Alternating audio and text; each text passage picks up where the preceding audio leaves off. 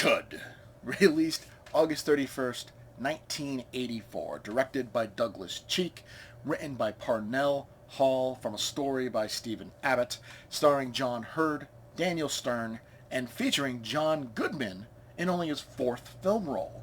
So CHUD stands for Cannibalistic Humanoid Underground Dwellers. We find that out a little later in the movie, but just in case you don't know what CHUD means, we just wanted to get that out of the way. But immediately, a mutant hand comes out of a sewer manhole, grabs a woman, and pulls her and her dog down into the sewer. So right off the bat, it's like, let's go. Starting off with a bang.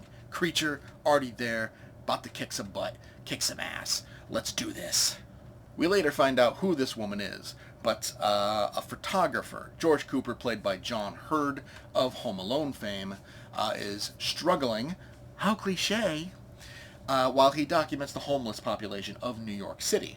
His girlfriend, Lauren, played by Kim Grist, is apparently a model, but she also might actually be his wife. They have different last names, but later on in the movie she refers to him as her husband, so it's like, okay, are you boyfriend-girlfriend? Are you husband-wife? It's never actually solidly confirmed. Captain Bosch of the NYPD, played by Christopher Curry, is concerned about the increasing disappearances in his precinct, and in a conversation with the chief, he's told to cover it up. So it's like, okay, we have a cover-up. Something's going on. They know about the CHUD. Oh, this is going to be good.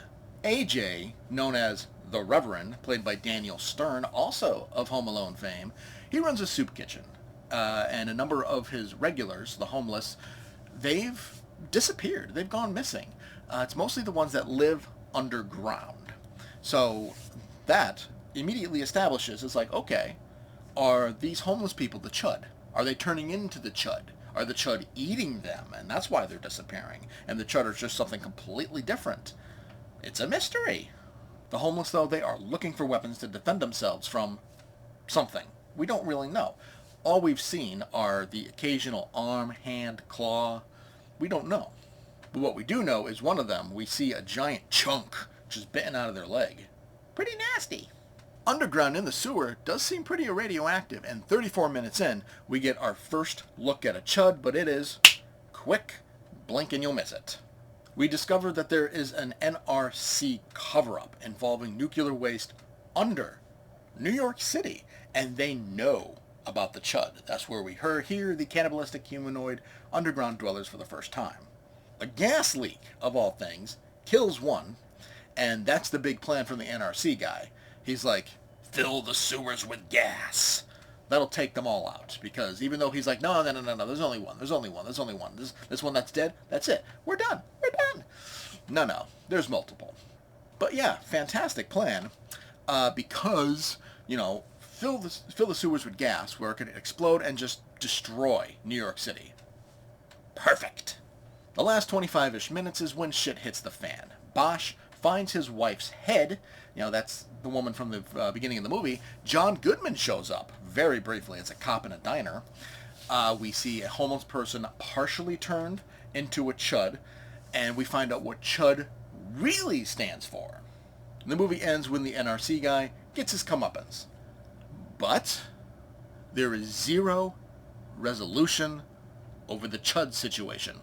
The movie literally ends with who knows how many CHUD running around New York City. Sure, one dies off screen in the gas leak, another gets its head chopped off, but it's been established that there are many, because the radioactive waste that has been stored under the streets of the city are clearly turning the homeless population into mutated monsters. And while it's not completely confirmed that the CHUD are the homeless people, having that one partially turned, it's confirmation enough. And if New York City has a lot of anything, it's a homeless population. So there's going to be a lot of CHUD, and nothing is done about it by the end of the movie. Okay, well, CHUD is quite something. The acting isn't half bad, with Daniel Stern being the overall highlight. The story is very much about politics, though. Cover up this, cover up that. You can't reveal that to the press. You know, it's a lot of talking and politicking for a horror movie. And unfortunately, it makes for a very boring watch at times. Many of the views of the CHUD are just close-ups of hands, claws, arms, sharp teeth. You know, when we do eventually see like a full shot and full face, more than a blink and you'll miss it shot of the face, it's not half bad either.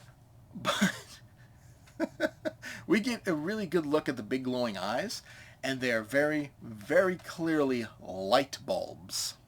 And it makes the whole design pretty laughable. This movie has been on my watch list for quite some time because it just looks and sounds absolutely ridiculous.